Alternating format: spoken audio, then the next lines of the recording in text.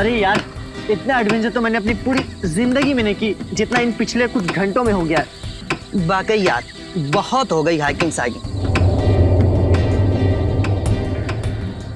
अरे विनय, तू ठीक है ना? हाँ मैं ठीक हूँ। अगर तू कहे तो यार शहर जाने वाला रास्ता हम अभी ढूंढ सकते हैं। रात को रास्ता कहाँ ढूंढेंगे यार? एक काम करते हैं, सवेरे होने तक यहीं पे रुक जाते हैं, सवेरे होते ही निकल लेंगे। ये हुई ना बात। अरे यार, एक हील अंदर नहीं जा रहा यार। कर यार कुछ।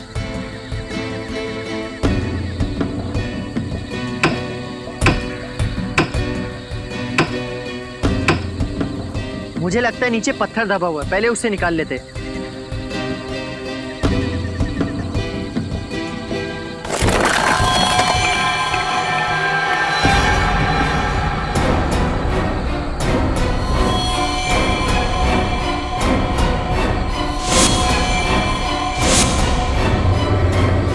यार, हम किसी कब्रिस्तान में तो नहीं आ गए ना?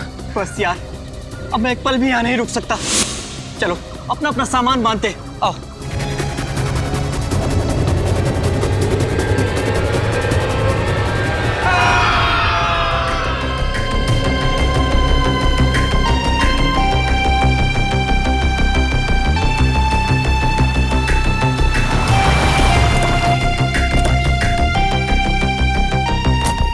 आइए सर, आइए। चलिए।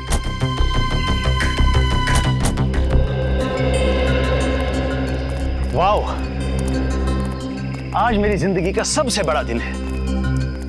इतने लंबे स्ट्रगल के बाद आज मैं गर्व से कह सकता हूं कि ये सारी की सारी जमीन मेरी है। मुबारक हो समर सर, बहुत बहुत मुबारक हो आपको। Thank you very much. कहिए, कैसी लगी आप लोगों को ये जमीन? शहर से काफी दूर है और आप यहाँ हॉलिडे कॉटेज बनाना चाहते हो? यहाँ दूर दूर तक हम खेती करेंगे, फलों की, सब्जियों की, और यहाँ बीच में हम कॉटेज बनाएंगे, हट्स बनाएंगे। ये वाकई नया और अनोखा आइडिया है, लेकिन खेती बाड़ी शुरू करने से पहले हमें यहाँ जमीन की जांच तो करनी पड़ेगी ना।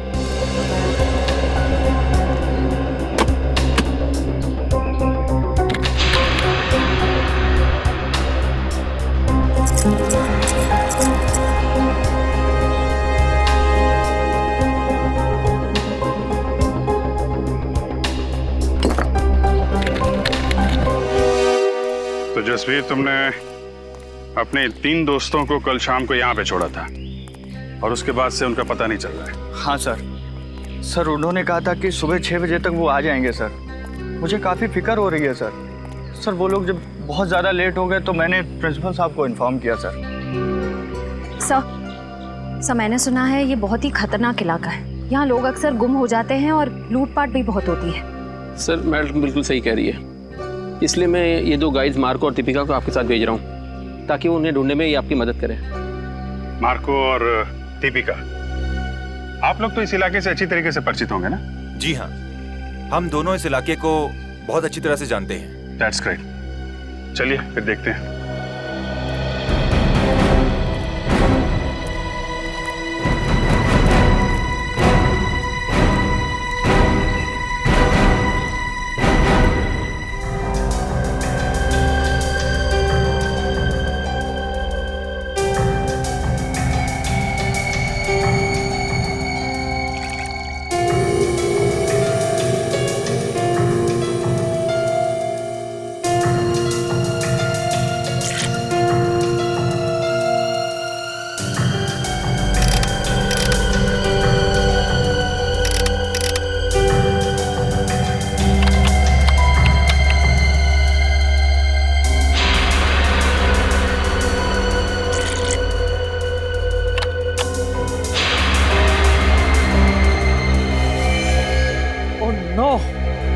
क्या हुआ?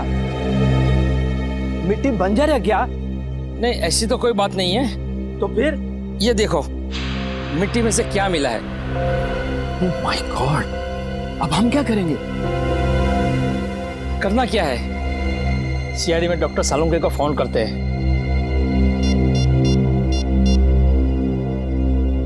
Hello doctor Salunke?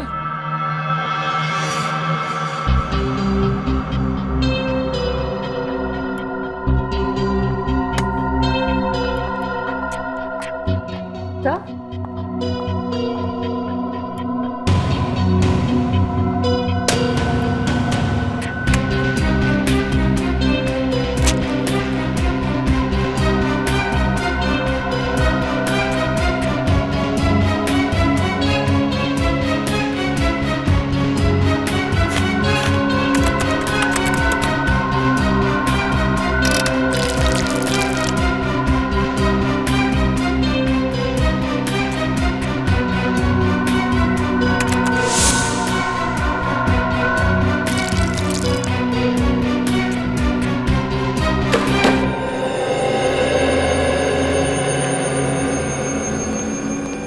आप लोगों का शक एकदम सही था। उस मिट्टी में मुझे पूरे 26 लोगों का डीएनए मिला है। आपका मतलब 26 लोगों को गाड़ा गया था वहां पे? वो जगह पे कोई कब्रिस्तान तो नहीं था?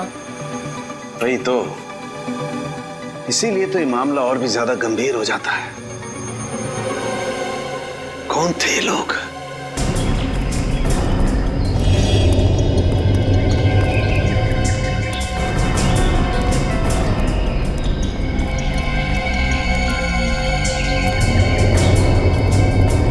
तो इधर बाईं तरफ और दाईं तरफ क्या है? बाईं तरफ खाई है और दाईं तरफ एक जमीन का टुकड़ा है।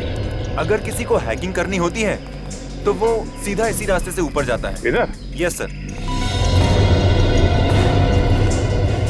सर, कहीं वो लोग इस खाई में तो नहीं गिर गए होंगे? पहले चलो देखते तो आए, आ जाओ।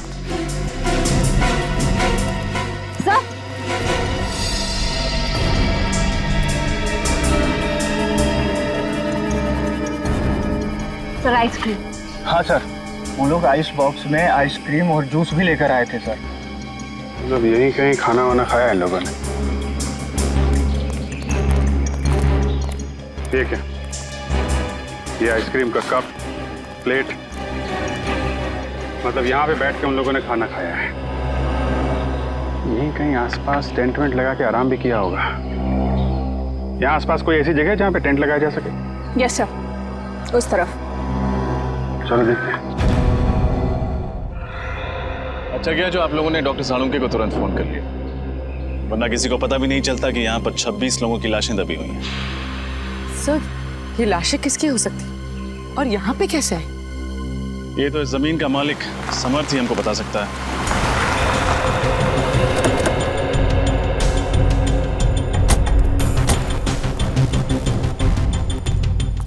हेलो ऑफिसर, क्या हुआ? अरे अगर कोई तकलीफ थी तो हमें बता देते। सीआईडी वालों को बुलाने की क्या जरूरत थी? जब लाशों के भंडार मिलते हैं तो एक अच्छे नागरिक का फर्ज होता है कि वो सीआईडी को तकलीफ दे। लाशों के भंडार कहाँ? आपकी जमीन के अंदर हमें 26 लाशें मिली। 26 लाशें? ऐसे कैसे हो सकता है? आपको जरूर कोई गलतफहमी हो गई है। कोई गलतफहमी नहीं हुई। हमें इंसानों की हड्डियां, बाल, दांत मिले हैं। अभी ना जाने क्या क्या मिलना बाकी है आपके जमीन के अंदर से।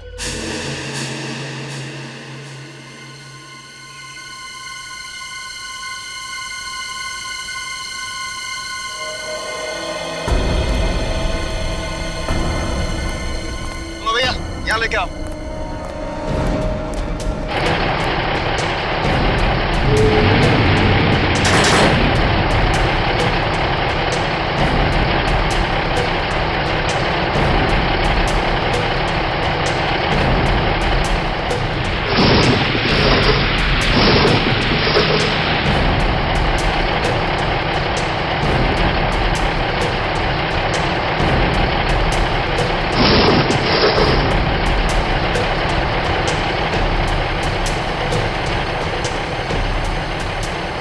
मुझे तो यकीन नहीं आ रहा है कि इस जमीन के अंदर 26 लोगों की लाश है।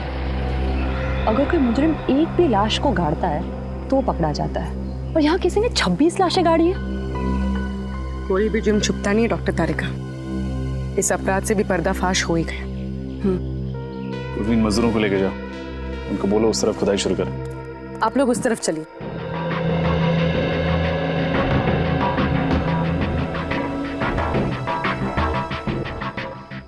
सर। हाँ बोलो। एक चीज, गलती से भी रिश्वत देने का ख्याल अपने दिमाग में मत लाना। सीआईडी के सामने तुम्हारी दाल गलने वाली नहीं है। वो बात नहीं सर, आप हमें गलत समझ रहे हैं। दरअसल क्या बात है? मैं इस जमीन का मालिक नहीं हूँ सर। तुम मालिक नहीं हो तो कौन है? पता नहीं सर। पता नहीं मतलब? मैं आपको बताता हूँ सर। दरअसल हम सुनसान और अनजान जमीन पर कब्जा कर लेते हैं, उसके बाद उस जमीन को दूसरों को बेच देते हैं या फिर वहाँ पर मकान या दुकान बना देते हैं। व्हाट?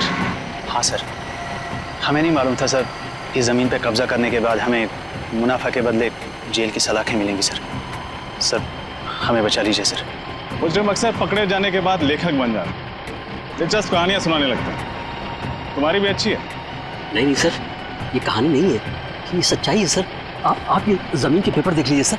आप किसी भी अच्छे वकील को दिखा लीजिए, वो यही कहेगा कि ये नकली पेपर से। जब तुम्हारी कहानी सच्ची भी है तुम्हें जेल तो जाना ही पड़ेगा।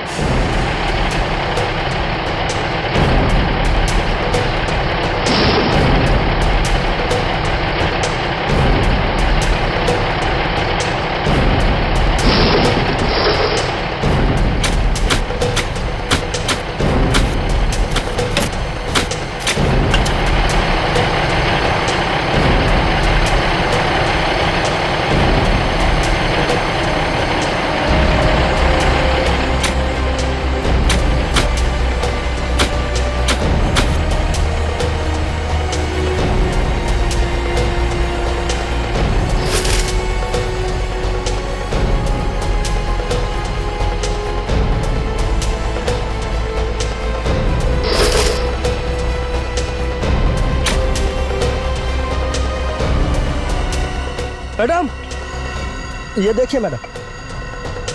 कंकाल सर,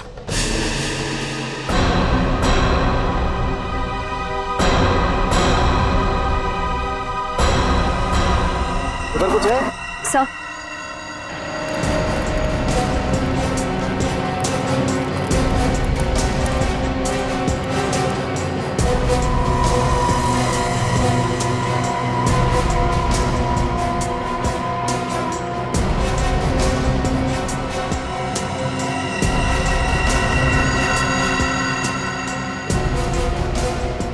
ये देखो, एक और बैग।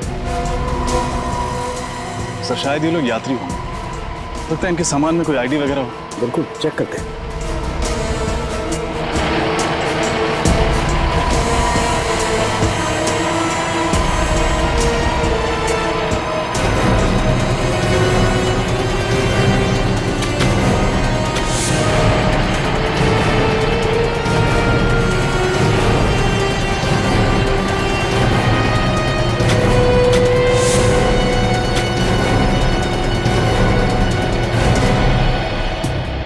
में तो कुछ भी नहीं है, कोई आईडी वगैरह। सर ये देखिए,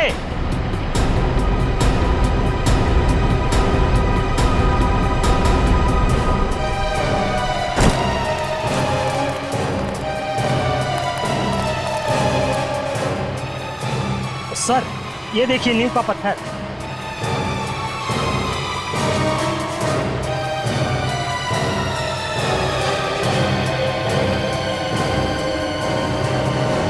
कहीं ऐसा तो नहीं कि यहाँ पर कभी कोई बिल्डिंग हुआ करती थी जिसे गिरा कर इस जगह पर कब्रिस्तान बना दिया गया? हो सकता है। पता नहीं वो कौन सी मनहूस घड़ी थी जब हमने इस जमीन पे बुरी नजर डाली। लेने के देने पड़ गए। आप दोनों हमारे साथ ब्यूरो चलेंगे, आपसे पूछताछ करनी है। जमीनों के घोटाले करने के लिए तुम दोनों को गोल्ड मेडल देना चाहिए। Gold medal. जाने कितनी जमीनों पर गैरकानूनी कब्जा किया तुम लोगों ने और कितने लोगों को जमीनें बेच भी दी। माफ कर दीजिए सर, गलती हो गई। अब हम ऐसी धांधलेबाजी फिर कभी नहीं करेंगे। अरे धांधलेबाजी तो तब करोगे ना जब जेल से छूटोगे। अब आइंदा हम धांधलेबाजी नहीं करेंगे। खज्जर फर्म्स के बारे में बताओ, किसके नाम पर है वो जमीन? बताओ जल्दी। हम सच कह रहे हैं सर, हमें कुछ भी नहीं मालूम।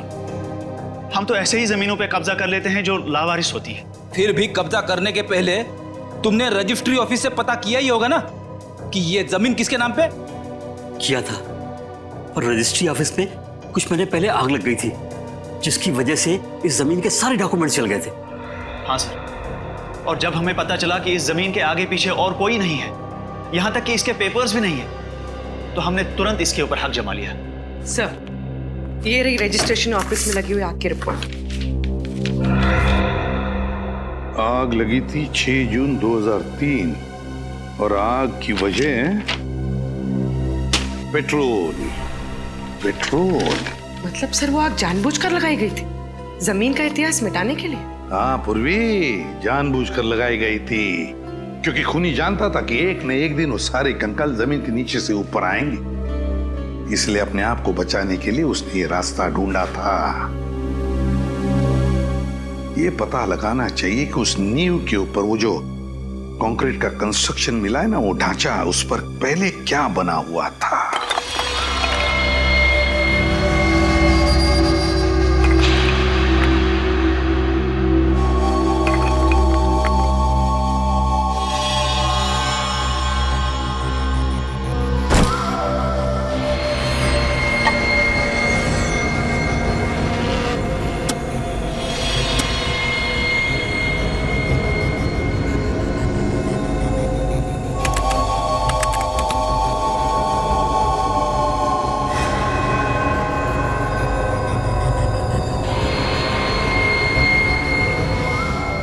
माय गॉड, क्या हुआ सर? तारिका, ये हड्डी जरा गौर से देखो। ऐसा लगता है जैसे इस हड्डी को किसी ने आरी से या 100 चेन से काटने की कोशिश की है। सर, मुझे तो ये खूनी बहुत बड़ा सरफिरा लगता है। कुछ लोगों के स्कल पे तो मुझे दांतों के निशान दिखे। ये देखिए, जैसे कि वो उनका सर ही चबाना चाहता हो। My God. सर, कहीं ये किसी जंगली जानवर का काम तो नहीं है? नहीं रोहन, ये किसी जंगली जानवर का काम नहीं हो सकता है, क्योंकि जानवर किसी को खाने के बाद उसे जमीन में गाड़ने की मेहनत नहीं करता। ये काम किसी इंसान का ही है। सर, अब बस ये पता चल जाए कि इन सब की मौत कब हुई थी, तब जाके हम उस खूनी तक पहुंच सकते हैं। चल जाएगा तारिका, ये भी पता चल जाएगा उस माइक्रोस्कोपिक रेडियोग्राफी के जरिए। Microscopic radiography? सॉरी सर, पर क्या है ये? कभी सुना नहीं इसके बारे में। रोहन, ये एक ऐसा प्रोसेस है जिसके जरिए हम ये पता लगा सकते हैं कि इंसान की मौत कब हुई है। और ये देखो, जिस इंसान की ये हड्डी है उसकी मौत 7 से 10 साल पहले हुई है, यानी 2003 से 2006 के बीच में इस इंसान की मौत हुई है।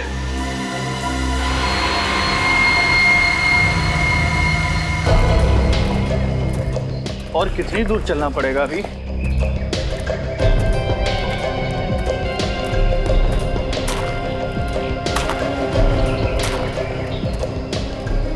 क्या बच रहा है? सर, मैंने किसी के चलने की आवाज सुनी।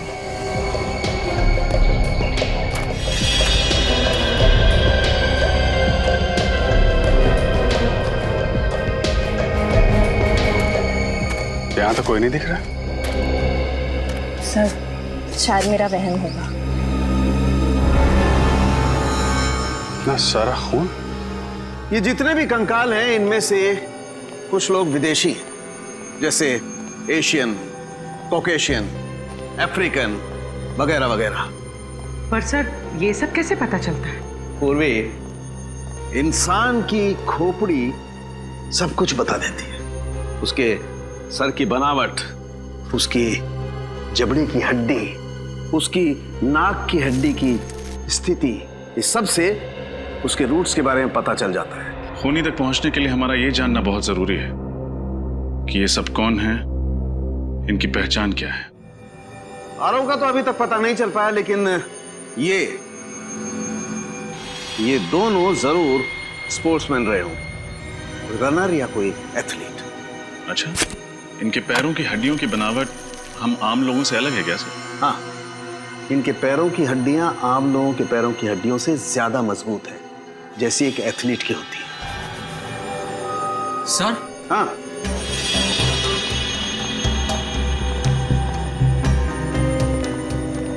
क्या हुआ? सर इस लड़की के सामान में से ये मुझे कुछ बीज मिले हैं।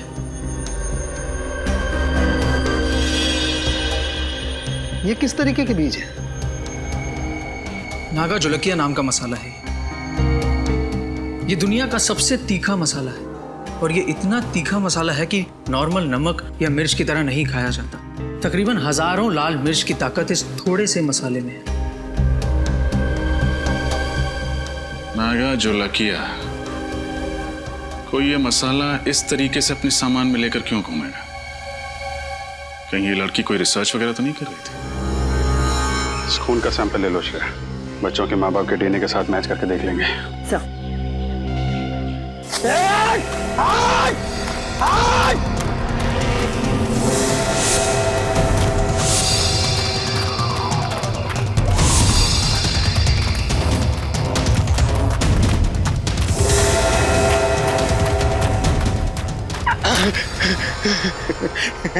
बहुत देर कर दी मेहरबान आते आते। चलो अब अच्छे बच्चों की तरह अपना सारा सामान मेरे हवाले कर दो। नहीं तो क्या करेगा? हाँ? तो तुम्हारे छोटे छोटे टुकड़े करके कौन सी खाई में फेंकेंगे पता भी नहीं चलेगा किसी को। नहीं नहीं प्लीज आप ऐसा मत करिए। ये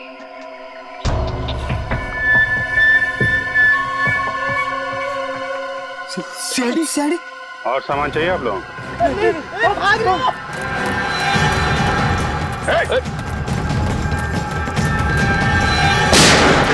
भागोगे तो गोली लग जाएगी। भागो मत। कहाँ भाग रहे थे? हमें माफ कर दो साहब, हम दोनों तो छोटे मोटे लुटेरे हैं साहब। मासूम लोगों को लूटते हो, बाद में उनको मार के फेंक देते हो। नहीं साहब, हम लुटेरे हैं, खूनी नहीं है साहब। हम लोगों ने किसी को नहीं मारा साहब। अच्छा, फिर ये 3 लड़के कहाँ हैं? क्या किया तुम लोगों ने इनके साथ? कुछ भी नहीं किया, उल्टा उन लोगों ने हम लोगों को मारा। तो उस पेड़ पे वो खून तुम्हारा है? वो खून तो इस वाले लड़के का साहब। मारपीट के दौरान थोड़ी सी चोट लगी थी साहब। किस तरफ गए वो लड़के? जेल की तरफ। जेल की तरफ। चलो दिखाओ। मैं होल्ड करता हूँ। हाँ जल्दी बोलो।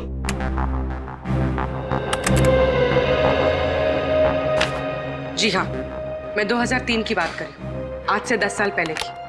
मसाले का नाम है नागा झोलकिया और जितने भी ऐसे खेत हैं जहाँ नागा झोलकिया नाम का मसाला उगता है वहाँ उस लड़की की फोटो भेज दीजिए। और हाँ, एग्रीकल्चर इंस्टीट्यूट्स में भी।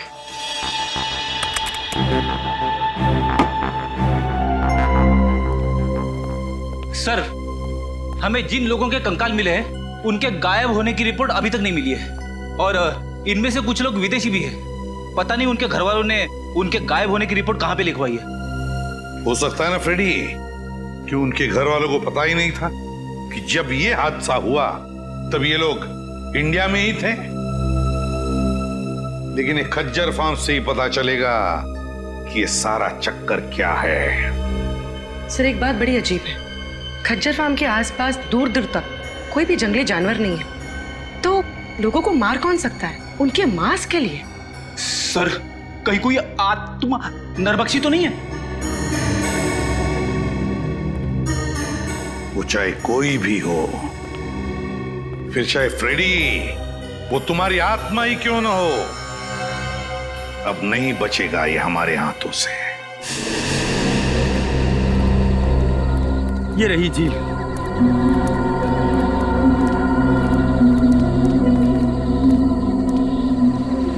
निखिल, श्रेया, झील के आसपास का एरिया अच्छी तरीके से चेक करो, देखो कुछ मिलता है क्या। साहब हम लोग जा सकते हैं? तुम लोग जाओगे लेकिन सीधे जेल जाओगे। खड़े रह।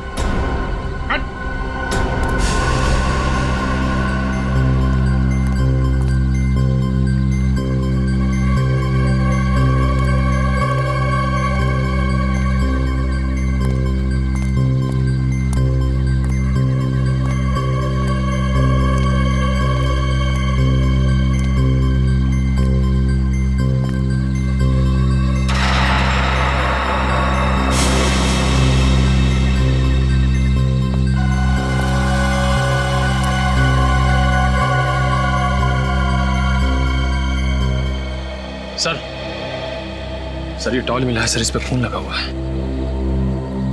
जरूर ये किसी घायल लड़के का ही होगा। काफी गहरी चोट लगी है उसे। इस जख्मी हालत में रात कहीं ना कहीं टेंट में गुजारी होगी। वो क्या बता रही थी आप, वो टेंट वाली जगह कितनी दूर है यहाँ से? बस यही पास में है।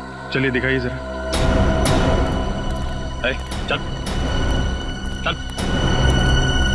यही वो जगह है। सर ये टेंट तो मेरे दोस्तों की है सर। ये एक मिनट, ये रुकिए आप लोग।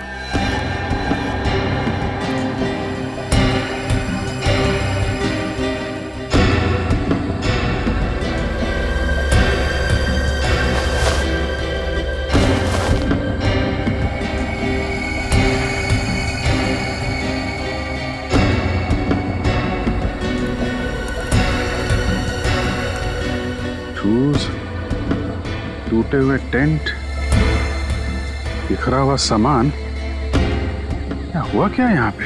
सर उन्हें कुछ हो तो नहीं गया होगा सर? सर हो सकता है ये किसी जंगली जानवर ने हमला किया। पर सर इस इलाके में तो कोई जंगली जानवर है ही नहीं। जानवर नहीं है तो फिर ये सब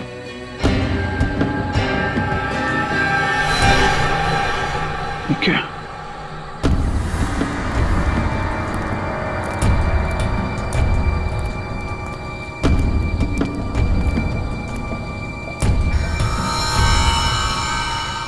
बहुत सारा खून है।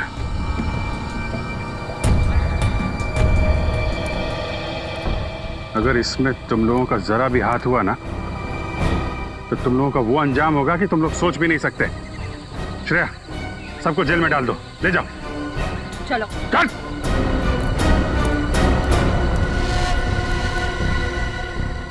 यहां से आगे घसीटने के निशान भी दिख रहे हैं।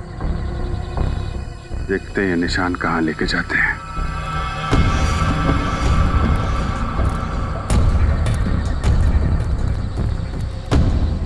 ये क्या चक्कर है?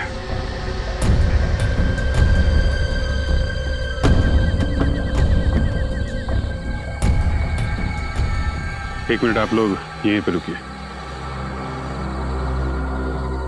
सर मिट्टी काफी ढीली लग रही है, ऐसा लग रहा है हाल फिलहाल में खुदाई हुई है। मामला गड़बड़ लग रहा है।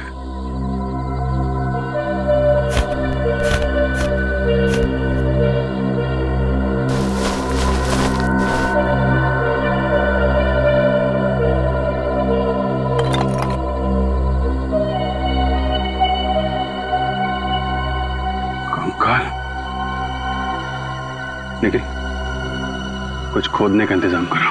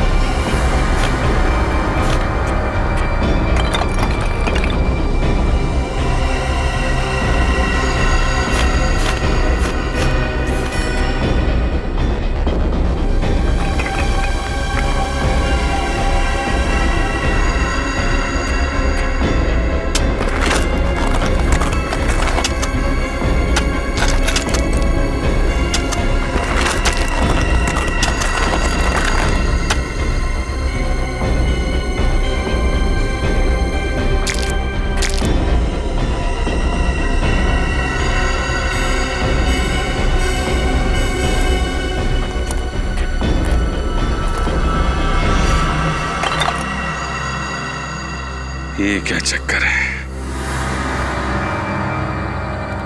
एक दो तीन चार। ये जसवीर तो कह रहा था कि उसके 3 दोस्त गायब हैं। चौथा कहाँ से आ गया? हाँ सर, हमें 3 की तलाश थी और यहाँ चौथा भी आ गया। जसवीर, तुम्हारे तीनों दोस्तों के साथ में कोई और आदमी भी था क्या?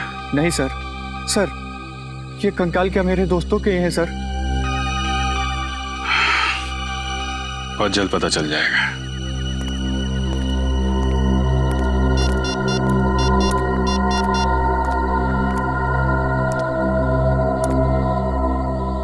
हाँ तारिका जी, आपको जंगल में आना पड़ेगा।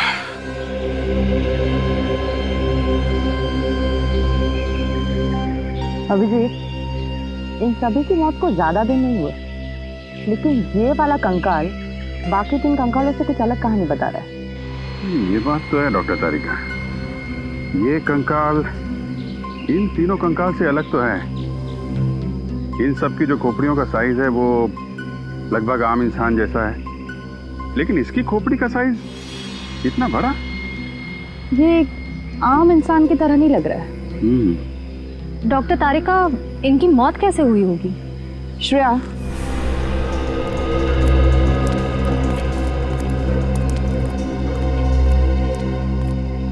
इसकी गर्दन पे और छाती पर दांतों के काटने के निशान हैं, पर फोरेंसिक में टेस्ट करके ही सही नतीजे पर पहुंच सकते हैं। खजर फर्म से मिली फाउंडेशन के अनुसार ही मैंने ये ब्लूप्रिंट तैयार किया। काफी बड़ी जगह है ना? जी सर, इसको देखकर नहीं लगता है कि ये किसी का घर या ऑफिस होगा। 2 स्विमिंग पूल की जगह छोड़ी गई है सर। 2 स्विमिंग पूल तो किसी होटल या रिसोर्ट में ही हो सकते ना? बिल्कुल सही कहा आपने। इसे देखकर लगता है ये जरूर कोई होटल या रिसोर्ट होगा, क्योंकि कॉरिडोर की जगह भी छोड़ी गई है यहाँ। और ये यहाँ पर हमें सबसे ज्यादा लाशें मिली इस एरिया में। यहाँ क्या हो सकता है? मुझे लगता है सर ये होटल या रिसोर्ट का गार्डन हो। कोई होटल या रिसोर्ट, कोई होटल या रिसोर्ट जहां पर लोग रहने जाते थे पर जिंदा वापस नहीं लौटते थे। डॉक्टर तारिका, एक बात समझ में नहीं आ रही। आप कह रही हैं कि इनको मरे हुए ज्यादा दिन नहीं हुए, तो फिर इनके शरीर से खाल और मांस कहाँ गया? इन गड्ढों में हमें खाल का एक छोटा सा टुकड़ा भी नहीं मिला है। नहीं अभिजीत, एक टुकड़ा है यहाँ पे।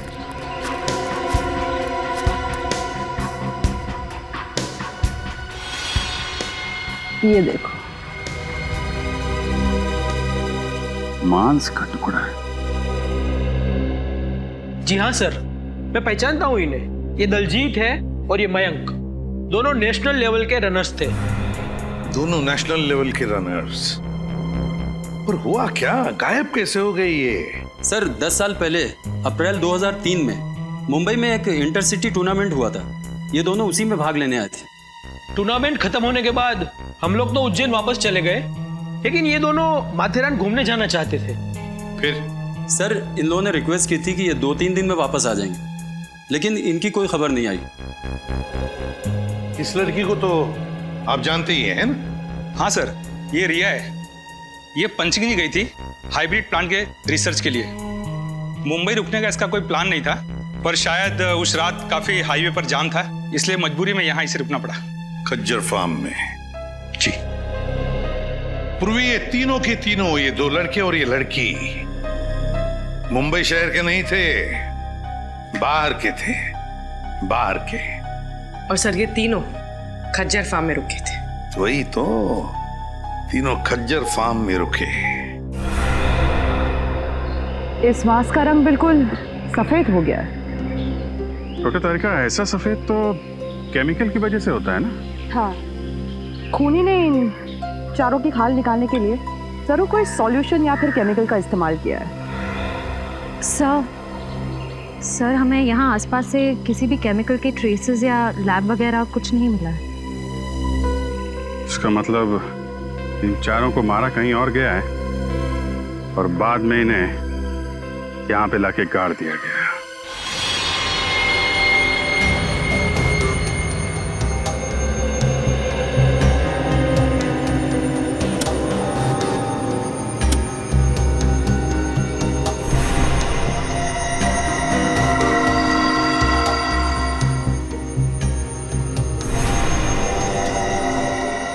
अब तक तो आप लोग इंसानों की लाश, इंसानों के कंकाल लाया करते थे, लेकिन इस बार आपने सारी हदें पार कर दी। क्यों नॉट सर? ये कंकाल भी तो इंसानों के ही हैं। हाँ हैं। वो तीनों कंकाल इंसानों के हैं, लेकिन ये चौथा कंकाल जानते हो किसका है? किसका है sir? Pavilion man. Pavilion man? क्या मतलब? देखो, इंसान को इंसान बनने के लिए कई स्टेजेस से गुजरना पड़ा है, ये तो सबको मालूम है। ये पेलियन मैन इंसान बनने से पहले वाली स्टेज है। अरे बाप रे, ये तो बड़ा ही खतरनाक है। हाँ फ्रेडी, ये बहुत खतरनाक भी है और बहुत ही ज्यादा शक्तिशाली भी है। इन तीनों लड़कों को उस पेलियन मैन ने मार के खाया है, मार कर खाया है अपनी भूख मिटाने के लिए। तो ये जीव नरभक्षी होते हैं, मैन ईटर्स। हाँ पूर्वी, तभी तो इनके दांत हमारी तरह नहीं होते, बिल्कुल बड़े और नुकीले होते हैं। दिखाती हूँ।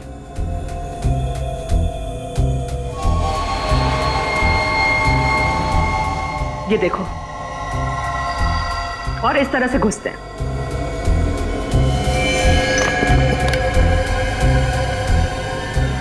सर, हमें तो लगा था ये किसी जंगली जानवर का काम है।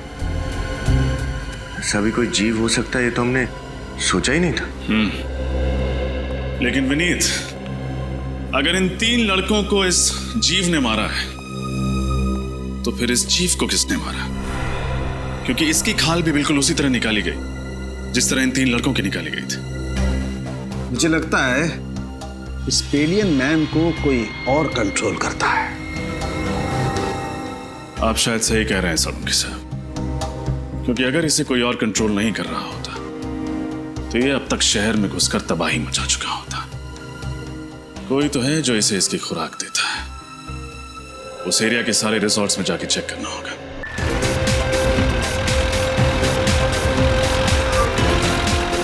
सर, ये रिसोर्ट और कितनी दूर है? बस थोड़ी देर में आ जाएगा, वो देखो।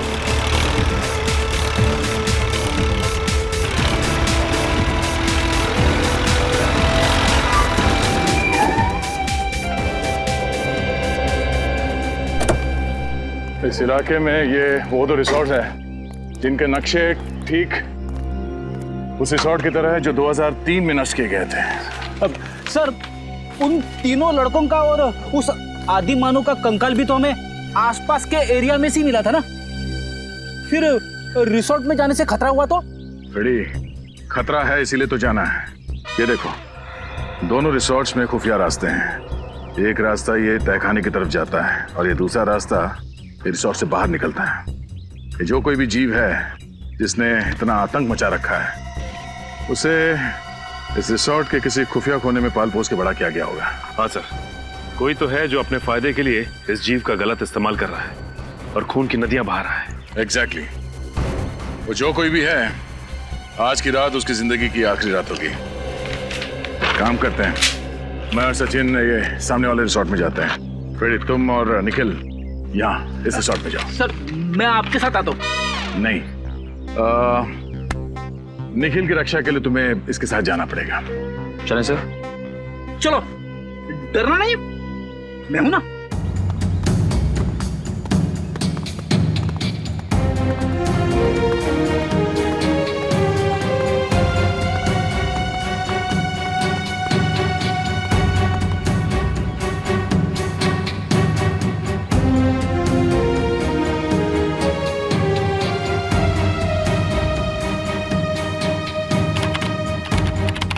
कमाल है, हमें तो लगा था उन 3 लड़कों के हादसों के बाद हमारा बिजनेस कुछ दिनों के लिए ठप हो जाएगा। वैसे आप लोगों को डर नहीं लग रहा ट्रैकिंग करने में? आप किस हादसे की बात कर रही है? हमने तो ऐसा कुछ सुना नहीं था। चलिए, अच्छी बात है कि आपने ऐसा कुछ भी नहीं सुना। वो कहते हैं ना, इग्नोरेंस इज ब्लेस। अच्छा, वैसे ये बताइए कि हम लोग अपने कमरे में खाना कब तक मंगवा सकते हैं? रात में 11 बजे तक। उसके बाद रिसेप्शन पे कोई नहीं रहता। वैसे चलिए, आइए।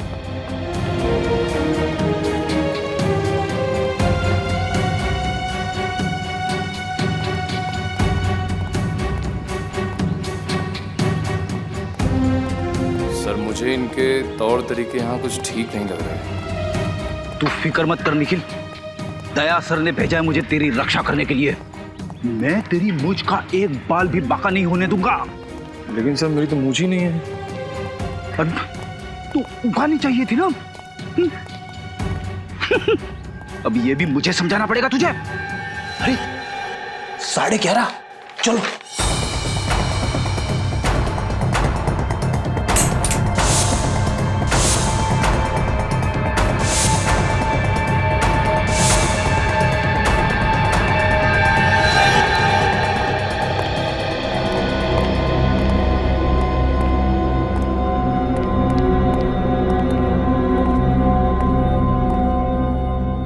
दरवाजा तो कॉरिडोर पे खुलता है, नीचे चलते हैं।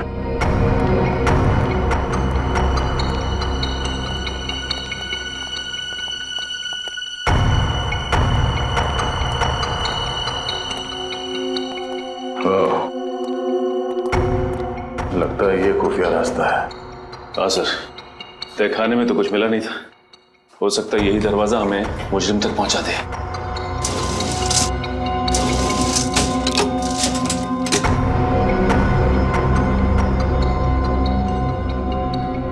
तो दरवाजे पे बुरी तरह से जंग लगी हुई है। ऐसा लगता है दरवाजा काफी साल से खुला ही नहीं है, किसी ने हाथ तक नहीं लगाया इसे। ये दरवाजा। आप लोग यहाँ क्या कर रहे हैं? हाँ वो पानी चाहिए था तो ढूंढते ढूंढते यहाँ आ गए। यहाँ पे? यहाँ पे नहीं, हम लोग रिसेप्शन की तरफ जा रहे थे, लेकिन रास्ता भूल गए। वैसे ये रास्ता कहाँ जाता है? कहीं नहीं, ये दरवाजा हमेशा बंद रहता है। इस रिसोर्ट में और भी कई दरवाजे हैं जो हमेशा बंद रहते हैं। ये रिसोर्ट तो भूल भुलैया है। आप लोग अपने कमरे में चलिए, मैं पानी लेके आता हूँ। सर अगर इस रिसोर्ट में कुछ नहीं है तो फिर जरूर अगले रिसोर्ट में कुछ होगा। इस फ्रेडी को फोन करके देखते हैं।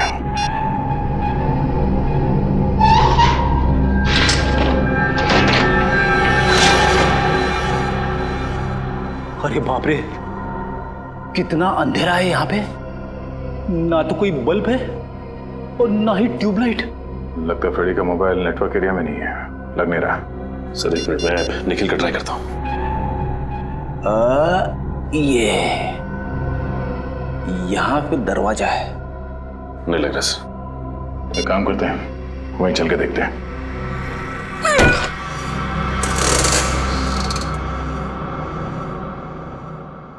अरे एक और खुफिया दरवाजा। हाँ सर।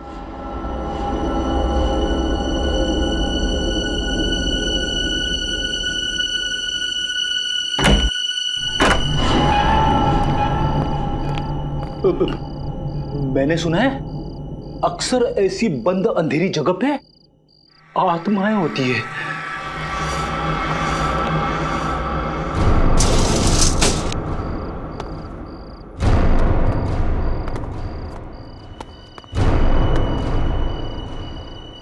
इतना सारा खून, खूनी आत्मा। सर खूनी आत्मा नहीं, नरबख्शी जीव। सर उन मुजरिमों ने उस नरबख्शी जीव को यहीं छुपा रखा है और अपने गुनाहों को अंजाम दे रहे हैं। ये चाकू, ये हड्डियां, ये खून, सर मुझे पूरा यकीन है वो नरबख्शी जीव यहीं पे है सर, यहीं पे। मगर है कौन वो जिसने इस नरभक्षी जीव को पाल के रखा है? उसे जरा भी डर नहीं लगा कि अगर इस नरभक्षी जीव ने उसे ही खा लिया तो? ये क्या है सर? रिसोर्ट के नक्शे के हिसाब से रिसोर्ट से बाहर जाने का ये खुफिया रास्ता है। सर दरवाजा तो खुला हुआ है। हाँ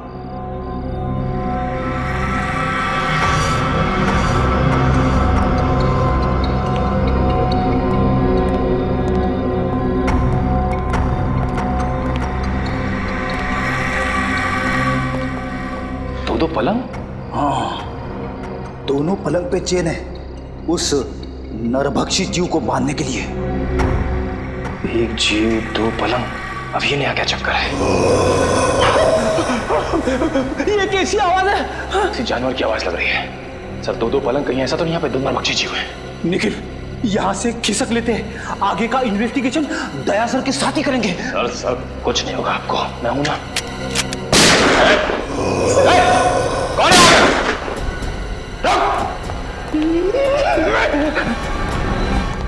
ये गेट खुला है सर, फिर तो फ्रेडी और निखिल इधर ही गए होंगे। हाँ निखिल, सही देखिए, हड्डी और ये खून। ओह नो,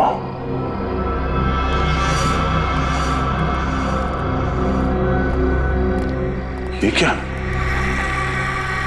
इसका मतलब है दो नरभक्षी जीव। लेकिन सर एक की तो मौत हो गई थी। सचिन, निखिल और फ्रेडी की जान को भी खतरा है, जल्दी।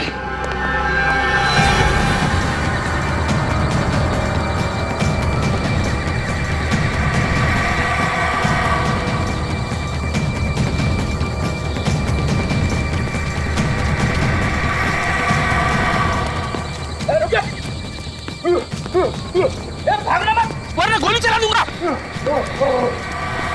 रुक।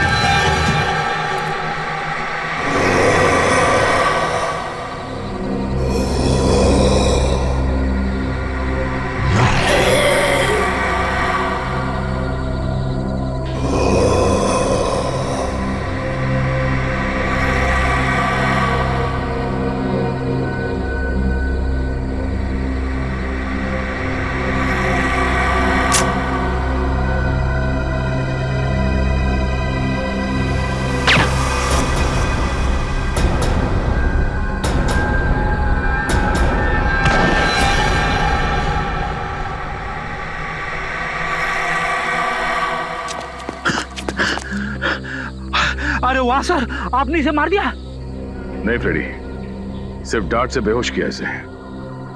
अच्छा हुआ सर आप लोग आ गए, वरना आज मेरी वाइफ का सुहाग उजड़ने वाला था। हट जाओ तुम लोग, हट जाओ वहां से। लगता है इस जीव का मालिक मैदान में निकल ही आया। इसी वक्त का तो इंतजार था हमें। हट जाओ वहां से, हट जाओ वरना गोली चला दूंगी। अरे सर, ये तो दीपिका। हट जाओ। गन नीचे करो। निकल जाओ यहाँ से। गन हटाओ, गन नीचे रखो। मैं कहती हूँ हट जाओ वरना गोली चला दूंगी। दीपिका गन नीचे करो। मैंने कहा हट जाओ यहाँ से। सचिन,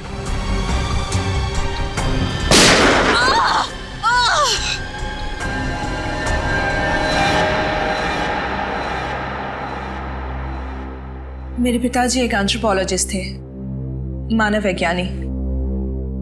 बहुत साल पहले वो मंटोनियो नाम के एक छोटे से टापू में गए थे, जहां से वो दो ऐसे जीव लेके आए जो ना तो इंसान थे और ना ही जानवर। उन्हें देखकर ऐसा लगता था जैसे वो इंसानों से एक स्टेज पीछे हैं। एक मिनट, तुम्हारे पिताजी उन लोगों को यहाँ इंडिया में कैसे लेके आए? ये तो गैर कानूनी है ना? जी, स्मगल करके, गैर कानूनी तरीके से। तो जैसे जैसे वक्त बीतता गया, उनके साथ मेरा लगाव बहुत बढ़ गया। पर मेरा यकीन मानिए सर, मैं बिल्कुल नहीं जानती थी कि जैसे जैसे वो बड़े होते जाएंगे, वो नरभक्षी बन जाएंगे, मैन ईटर्स। और इसीलिए तुमने उनकी इंसानी मांस खाने की भूख को मिटाने के लिए रिसोर्ट में जितने भी लोग आते थे, उनका शिकार करना शुरू कर दिया। तो मैं और क्या करती?